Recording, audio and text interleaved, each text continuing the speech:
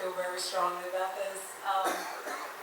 I actually do take offense of us looking at a certain part of our city and number one saying it's probably the worst part of our city or it's probably the most devalued part of our city.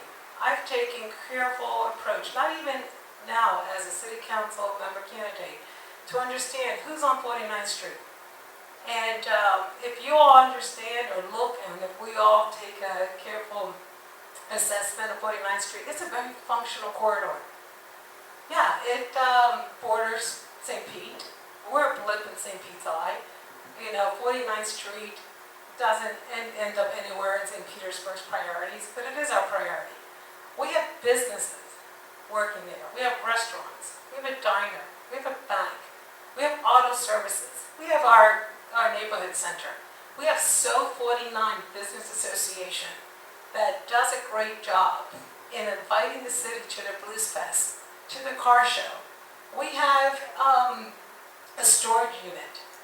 You know, 8 years ago, I kept my belongings when I was coming to Florida at that particular unit. They got my business. They served the community. They may not have the beautiful aspects of many parts of our city, but they have employees. They pay taxes. They're part of our community. And what I don't want to do is send a message that we don't like you, that you don't look nice, that you're a blight. Let's take a step back and say, what do you need? Is there beautification? City council, the city, the police department, we got police presence there now. That's a good thing. We also have brand new lighting. Who has seen that lighting lately? It makes a difference. We can't control St. Pete. We can't control crime. Do we have to be careful on 49th Street? The same way I'm careful on 59th Street, on 22nd Street, on Beach Boulevard, crime is everywhere. So I caution us to be open-minded of the needs of 49th Street. The city has dollars, appropriations, grants to really help 49th Street. There's redevelopment going on. There's monies through Brownsfield, which is taking areas that potentially are contaminated, that need to be decontaminated, perhaps creating new spaces. I've met with the city manager with, you know, there's an interesting aspect of what else can we do? Well, the fact of the matter is let's support our communities. Let's be proud of that, let's help them. But I feel strongly that they're part of us, they will be part of us. As a city council member, engage them. But if you look at many of our residents, where do we conduct our businesses? Our services, we go to 49th Street. Thank you. Yes. There were things, yes, we put in a new light, and we have done, put the police up there on occasion. I would like to see them up there more often. The Brownsfield that was referred to was never applied for, so no monies ever came in from that. Unfortunately, I mean, I do understand that there are businesses out there, and I am very much sensitive to their plights. I also think that I've talked to a bunch of them up there, mostly Mopar and some of the other places that are along that, and I bank into Wells Fargo, and their concern is the crime. And there is a higher presence of crime. If you look at the sheriff's department's maps of crime, you'll see where the crime maps are in the city of Cold Point. In fact, they do publish some of them in the Gulfport Gambler from time to time as well. Yes. So I just wanted to make sure that there was. Okay, and do you have any response, Yolanda, to that? I think we have information that's published regularly. There's statistics from our police department that are printed annually, and there's no more aspects and statistics of crime on 49th Street than there are any other parts of the city. Perceptions are out there, I get it. We just have to be diligent. We just have to be very careful wherever we're at. Yes, predisposed perhaps to more crime because of the vicinity. But let's try to do something about it. Let's try to engage ourselves, understand the facts, and then see what we need to do. I just want to make sure that we understand that it may not be Right. where we stroll every day, but it is where we conduct businesses every day. Okay, great. Town Shores, as you're well aware, are probably about 55% of the voting base. We're very active, we help out the community, we donate our time to the community, we even help Gulfport with some of their services, especially when it comes to inside Town Shores. What will you do as a council member to help Town Shores? Thank you, Nick. Good, thank you. First of all, first and foremost, being in this forum today is, the roadmap to knowing what to do. I've learned a lot in working with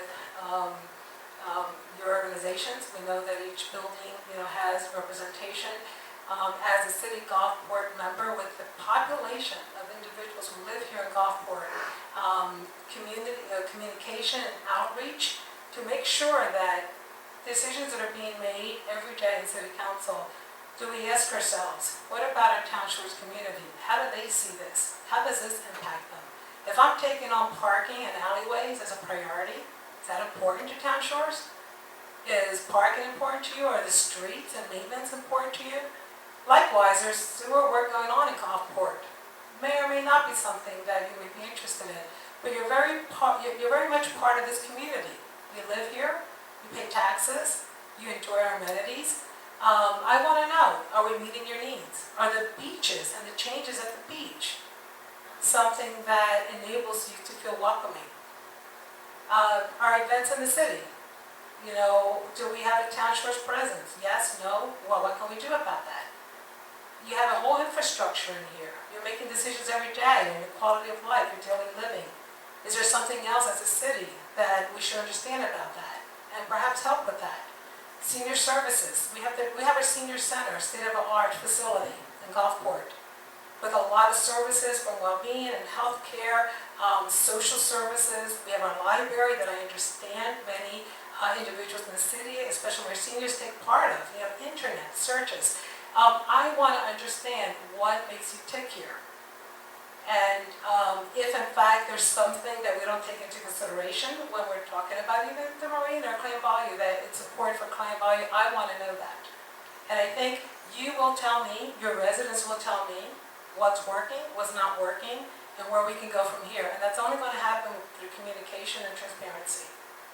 I come to you, you come to me, you're invited to City Council, or vice versa. Because I'm not going to sit here and guess what it is, but we have a very active and functional and beautiful community here. And that's something that I know from a quality of life perspective you want to maintain. And if you need more, then that's the job of City Council and the city and the mayors of it. Thank you. Well, how about you, Paul? What will you do to help Town Shores? Well, I think we do have a close relationship already, but the collaboration to me is very critical going forward.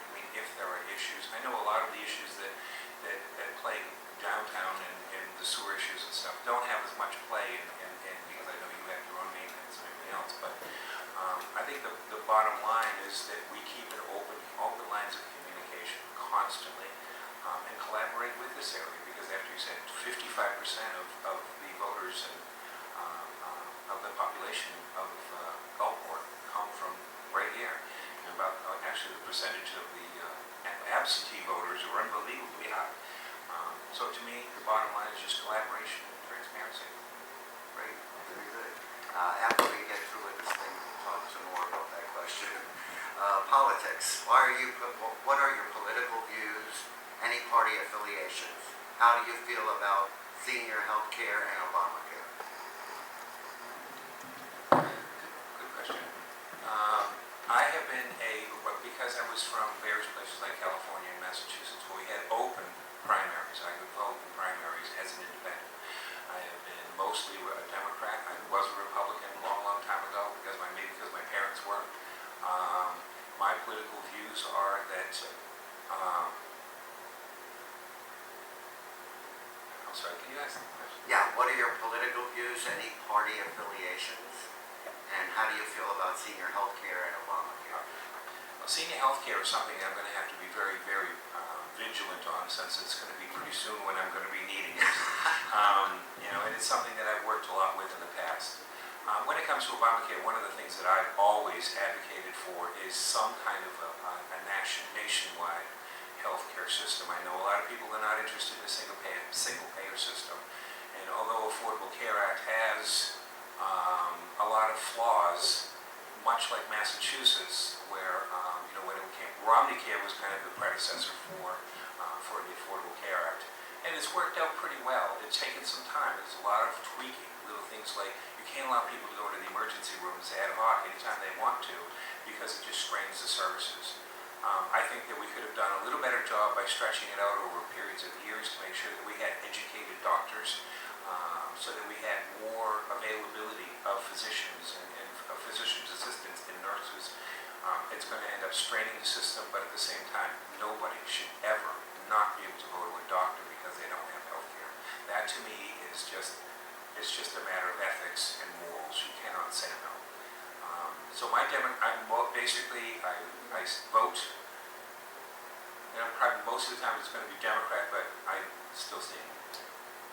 Thank you very much, Andrew. How about you? What are your political views, any party affiliations? How do you feel about senior health care and Obamacare? Okay.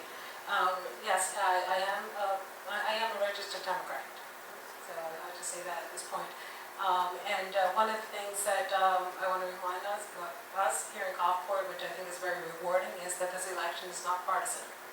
And that means that when you're casting a vote, when you're looking at who's running for office, we're gauging that individual based on what they know about our city, what they want to do about our city, for all the people, regardless of party affiliation. So I just want to make that point. As far as my beliefs, and the political process, I am very attuned to fiscal decisions, fiscal questions. We can only spend what we have. So I want to make sure that people understand that I'm very fiscally responsible, understanding that we only can spend what comes in, and we have to make really good decisions on what that spending goes to. The other thing that I want to make sure is that, in my beliefs, as far as government and getting things done in general, there's a value in public-private partnerships. I think we hear that a lot in political campaigns, but I can't stress how important it is taking the private sector and a lot of the learnings in the private sector, a lot of the expertise in the private sector, and bridging over to the public sector in really partnering in things that have to be done, and that's going to help in my response to Obamacare. The other thing that I hold near and dear to me as far as political views is diversity, all-inclusiveness. And I hope that's a true value of mine. That's who I am. And no matter what our inclinations are, as far as male, female, sexual orientation, our incomes, cultural diversity, religion, all-inclusive. I see everyone as one, as whole, and that's really important in my political beliefs.